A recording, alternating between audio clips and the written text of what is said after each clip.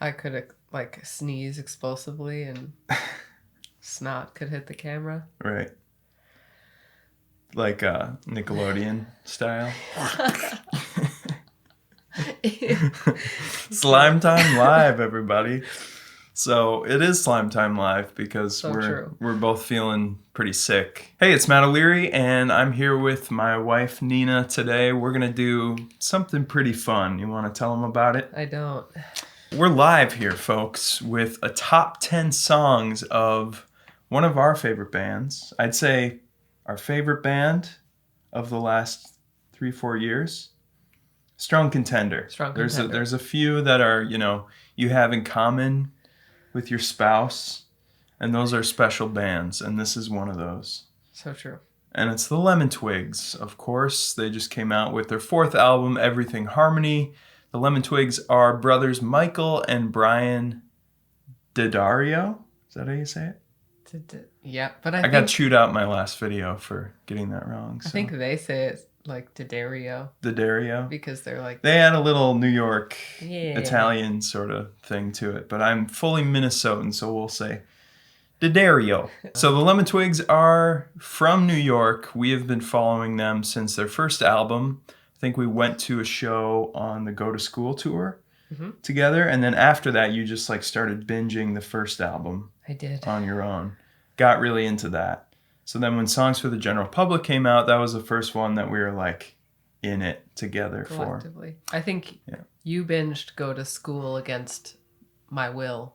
I remember it well. I wasn't mad about it, but it was like, okay, again, huh? As we just listened to Why Was I So Wrong? Now, let me be clear.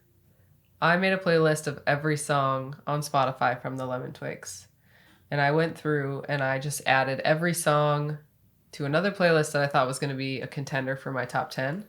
And then I checked that playlist and there were 10 songs in it. And so I said, I'm just going to be done.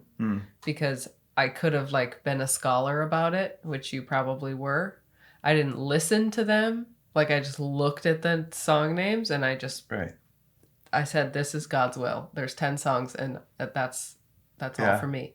That's good. I kind of like that. Just go with your instinct. Go with your gut. Don't question it. It's rock and roll, man. So just do it. So I made a playlist, and it was about 25 songs. Now, they have 4 albums and an EP. A couple singles, right?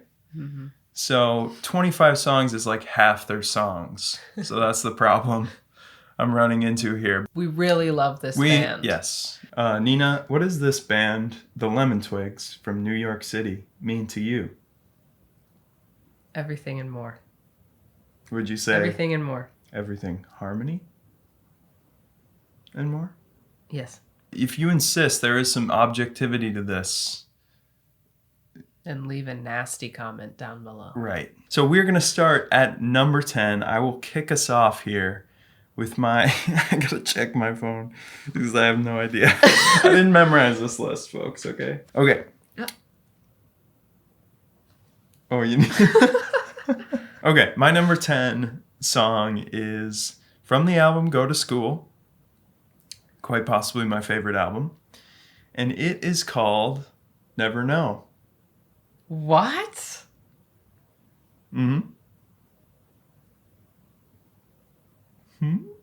Didn't consider it. You didn't consider No. it.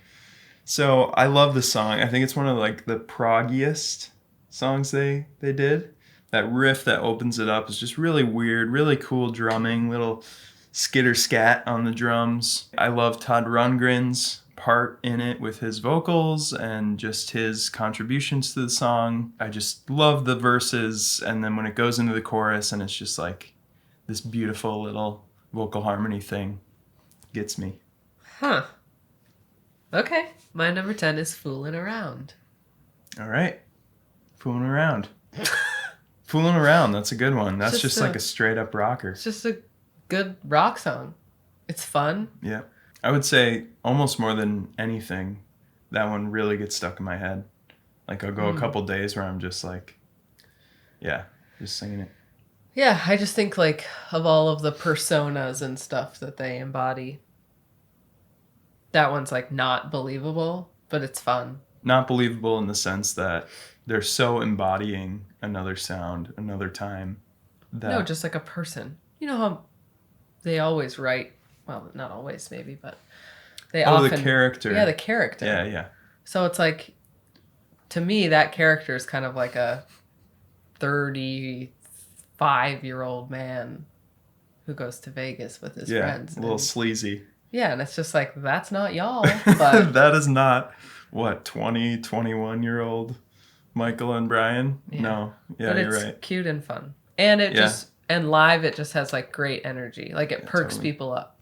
Yes, it was awesome live. Great. Okay, number 9. This might be another wild card for you, but it's from Do Hollywood, first album, and it is the piano ballad.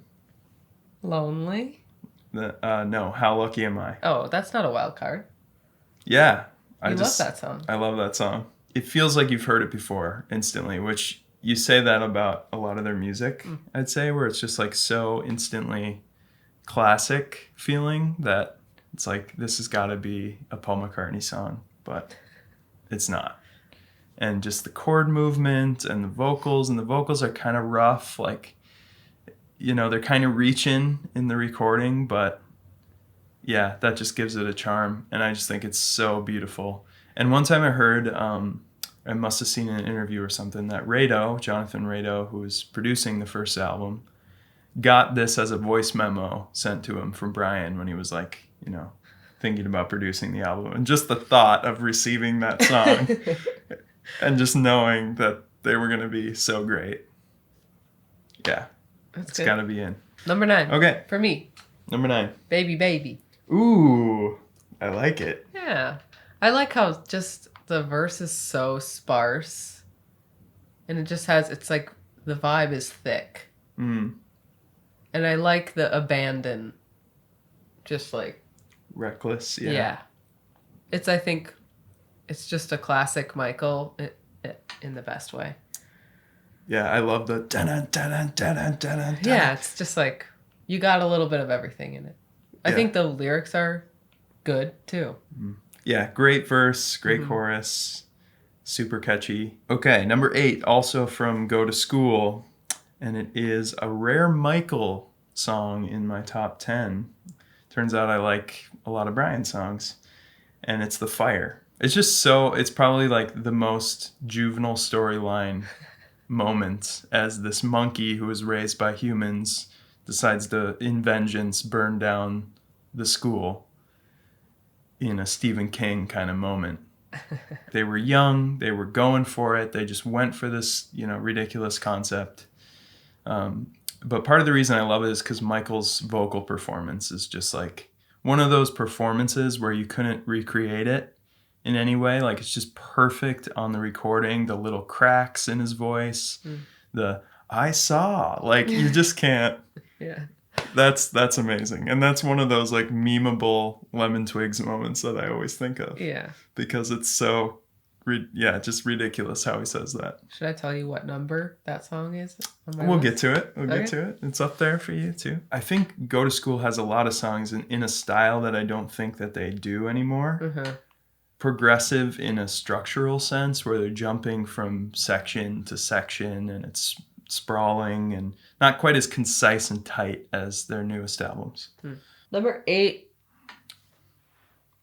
for me is I Want to Prove to You, but I could have put any of the classic Do Hollywood ones that like the 60-year-old guys like in that slot. Do you know what I mean? Like, these words could have been there. Yeah. I think... As long as we're together. I left some of those out, and those were some that pained me because they're so good.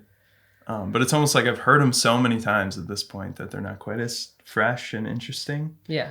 I love the way you feel like that song's going to end. Yeah. And then, dun, and then it goes into halftime, and it's just so big. They played that one live, too, this last time. So Number 7 is The Fire for me. All right. So it was your 8, my 7. Yeah. Yeah, nice. I think the only thing I'd like to add is whatever late night performance. I don't remember which host it was. It was Jimmy Kimmel. Jimmy Kimmel, they did The Fire. Yes. Michael was just shaking his little booty. It was such a good performance, and then YouTube took it down, I think, because it was like a threat of violence. Really? Is that the reason? Yes, I think so. That performance was just like, I was like, man, these guys are so good. Yeah. And this song rules. I love... Oh, yeah. It's so much energy in like the most inappropriate setting. Yeah. Like nobody was giving that energy back to them. Right. Probably. Right. And the crowd was just like confused. Yeah. But, you know, it's there for the ride. Loving it. And I just like how like kind of Americana that song gets at the end. It's just like good, clean. Yeah. My number 7, which I'm guessing you have as well, not sure, is Only a Fool. From Songs from the General Public. And that might be your next one. That's number 6 for me. Number 6? Yeah. Oh my gosh. We're close. Yeah. Only a Fool, I would say, is their most proggy song. I know I said that about Never Know, but this one truly has some ridiculous instrumental parts and time signature shifts and drumming. I mean, the drumming is insane, and Michael always plays it live. I don't think anyone else can play it. Right. Because it's just so specific. Yeah. I love the shifts in energy too, and how towards the back half of that song they introduce that other part. And I love the old man voice. What is the part that I'm thinking of? Yeah.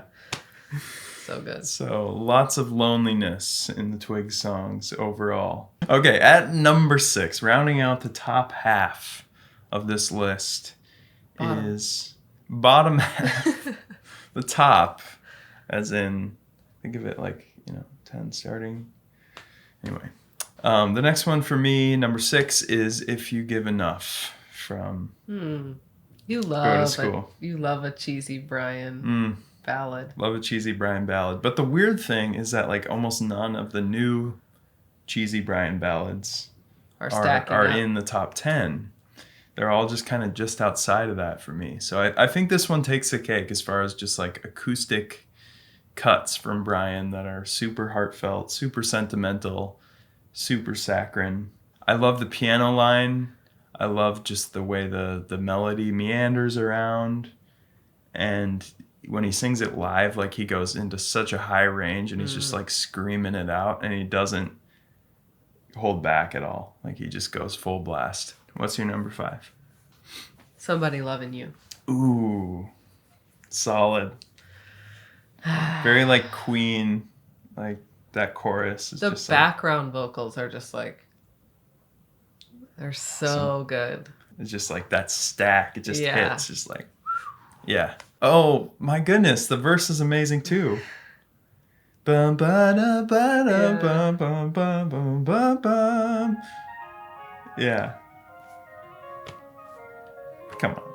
I'm noticing a theme here, which is very oddly specific, but the bass line is got that real rubberiness to that song. Okay. Baby, baby. It's the same thing. Yeah. My number 5 is from the new album. It's Any Time of Day. Oh. The key changes in the verses, the chorus, like I said before, like as soon as you hear it, you feel like you've heard it before. He went for the sound. It's very throwback. It has a specific era and a specific time and place to it. But he just went 110% with it. Like he was not cutting corners. So number 4. Number 4 what'll it be? You got No One Holds You. That's my number 4. Shut up. Yep. Wow. Yeah. We need like a... No one holds you closer than the one you haven't met. Right. I guess. It's not true for us. Yeah. Right. We're married. Right. Oh my goodness. I mean, what do you have to say about this song? The vocal moment where he gets... It sounds exasperated. When he says, I don't even know what I would say to you. The last time. And he goes up a little bit. Yeah. It's just like... So good. I love how they do that chorus 3 times. Like he's like, no, 2 was not enough.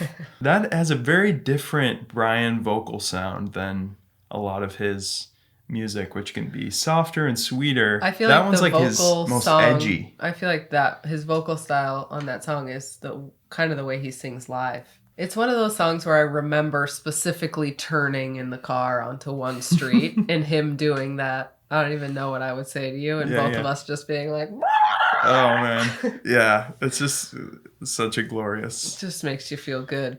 Yeah, that's a weird one because when it came out as a single, I was like, and then it really grew on me, like exploded. Something I realized doing this is how much I love those Brian songs from that album, songs That from are the like general public. rock songs. Yes. Yeah. All of Brian's songs from that album, most Slap. of them are in my top 10. Like I mentioned on Do Hollywood, where there's those 4 kind of classics. One of them's a Brian, 3 of them, or one of them's a Michael, 3 of them are a Brian. I feel like it's the same on Songs for the General Public, where it's like the one, Living Favors of Tomorrow. They all kind of go together. You know. Yes, they have a similar kind of tone. Yeah. And whatever it is, like that's my favorite. Yeah. I didn't think it was because I like the sentiment, like you were saying. I like the ballads. I like the kind of sappy stuff. I like the more proggy stuff and Go to School and long and winding songs. But those just heavy-hitting, short pop songs. So good. On that one. So good. Okay, I'm delighted that we had this. Yeah, that's amazing. My number 3 is Everything Harmony. Everything Harmony. Yes. The title track. Yeah. It's so catchy. The one that they play second to last on the album. Uh-huh. I love that song. I mean, it's so good. Yeah. It's so catchy. It's really I love great. Everything about it. I mean, it just is in my head for days and days and days at a time. What I love about it a lot is that it's obviously not a single. No. It's an album track. It fills the experience of an album out. Great choice. Yeah, the songs off of Everything Harmony are tough because we don't have the test of time. Right. And that's They're why so fresh. That's why at the last minute I'm like switching things around because I'm like, no wait, but I haven't listened to this song as much as I have listened to this other song. Yeah, something I learned is that Everything Harmony I think is such a consistent album. I think it's my favorite Michael songs from any album. Agreed. Across the board, just that style, he's got it. Mm-hmm. And the Brian songs are amazing too, but I don't feel like any of them are like 10 out of 10s. Like there's a lot of 9 out of 10s. Whereas on other albums, it's like half and half. Like I said, with songs from the general public, there are some 10 out of 10s for sure, but then there are some 4 out of 10s. Yeah, there are just a couple that I'm not crazy about. I totally agree with that. Yeah. It's very so Everything accurate. Harmony, great album experience from front to back. The other ones might be a little higher at times, higher peaks, but also like lower there's valleys. Skips. Like there's skips Potentially. On. Yeah. I'm not crazy about Leather Together, just that sound. Yeah.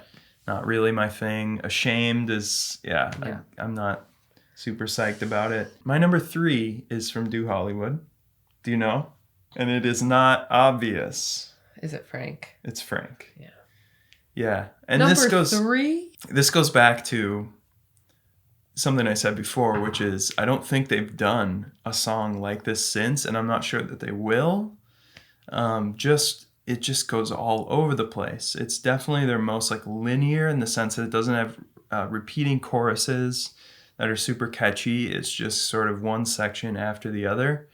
And it just feels like a really inspired moment from an early age. Obviously, Brian was probably in his teens when he wrote that. But just something about the melody and the whole thing just really works. Frank is like you said, it's like more progressive. It's like there's one individual section after the other. And that's like, you love that kind of music.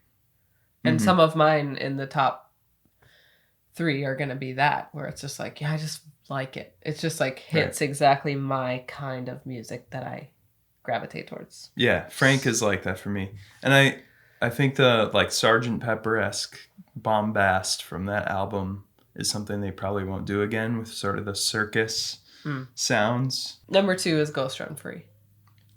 Really? If you watched the Twigs review that Matt did, he mentions a moment where he sings one little line of a song to me and says like, what 90s song is this? And I knew it exactly. And I have a real fondness for late 90s, early 2000s rock music.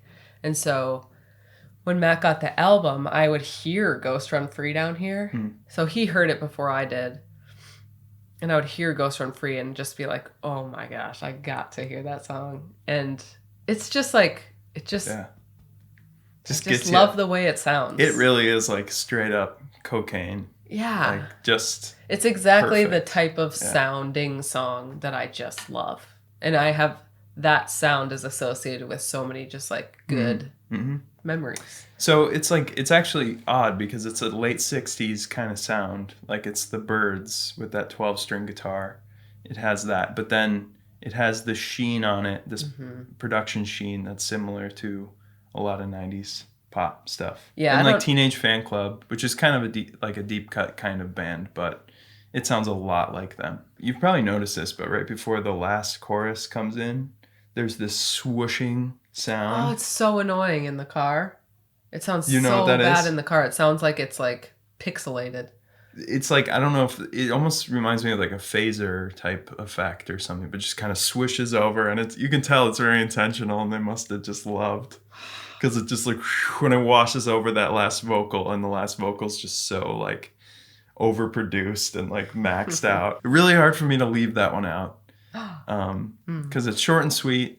The bridge too, I love how Michael picks up on the bridge leading that part, and they only do it once. But it's just the perfect little section, and you have that do do do do do do do do do do do do, that bass part that's kind of like walking around, and then they just go straight back, and then they just go, and then they. So my number 2 is Small Victories. That was my number 2. All right.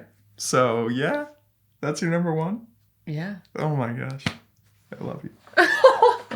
When I had heard the first album, I remember loving it, and then that single came out, and it was like, this is the best thing I've ever heard. And I listened to it so many times. I remember where I was, and I was like, this is my new favorite band. Like, it was that moment where it was like, yep, the drum lead in and how they recorded that to speed up a little. One of the best parts of it, too, is Michael's harmonies. The way their voices blend. And just the connection on that song in particular is just the best they sound singing together. You can hear the personality of both their voices, but they're blending so well. And it's just, there's such interesting melodic lines. I think it's maybe the only Lemon Twigs song that I have like listened to like 3 or 4 times in a row in the car. Because I'm like, I want to hear that part again. Yeah. And then it comes and it goes, and I'm like, So my number 1 surprised me too, because I didn't think it was. Because it's just like a short, snappy pop song. But it's Live in Favor of Tomorrow. It's Live in Favor of Tomorrow, yeah. Wow. It's just every time I hear it, I'm like excited. It like gets me giddy. And I'll find myself like singing it. Mm-hmm. And it's such an emotional thing where I think he just nailed like all of his orchestral and classical and sort of Baroque pop sort of stuff. He like added to that song, but it's subtle in the way the lines move, the harmonies, the melodies. It's just very unique for any pop rock. The bass line is just going crazy. Like if you listen closely, there's just so much movement to it, and everything's so like mellifluous is the best way to describe it. Is it? It just flows together so well. Yeah, that one I didn't think it would be, but every time I hear it, I'm just so happy. It just puts me in the best place, and it's like pure bliss to me. Ghost Run Free and Small Victories for me. And I love the sentiment, and it's just so odd. You look emotional. I love that song. It's great. Okay, so my top 10. Yep. Never Know, number 10. How Lucky Am I? The Fire, Only a Fool, If You Give Enough, Any Time of Day, No One Holds You, Frank, Small Victories, and Live in Favor of Tomorrow. So only one from Everything Harmony. Yeah, that was really hard for me. Like I said, it's like super consistent, but none of them broke in. Number 10, Fooling Around. 9, Baby Baby. 8, I Want to Prove to You. 7, The Fire. 6, Only a Fool. 5, Somebody Loving You. 4, Live in Favor of Tomorrow. No One Holds You, right? Yeah, No One Holds You. 3, I put Everything Harmony. 2, Ghost Run Free. 1, Small Victories. We did it. Yeah. So we want to see the top 10 list down below.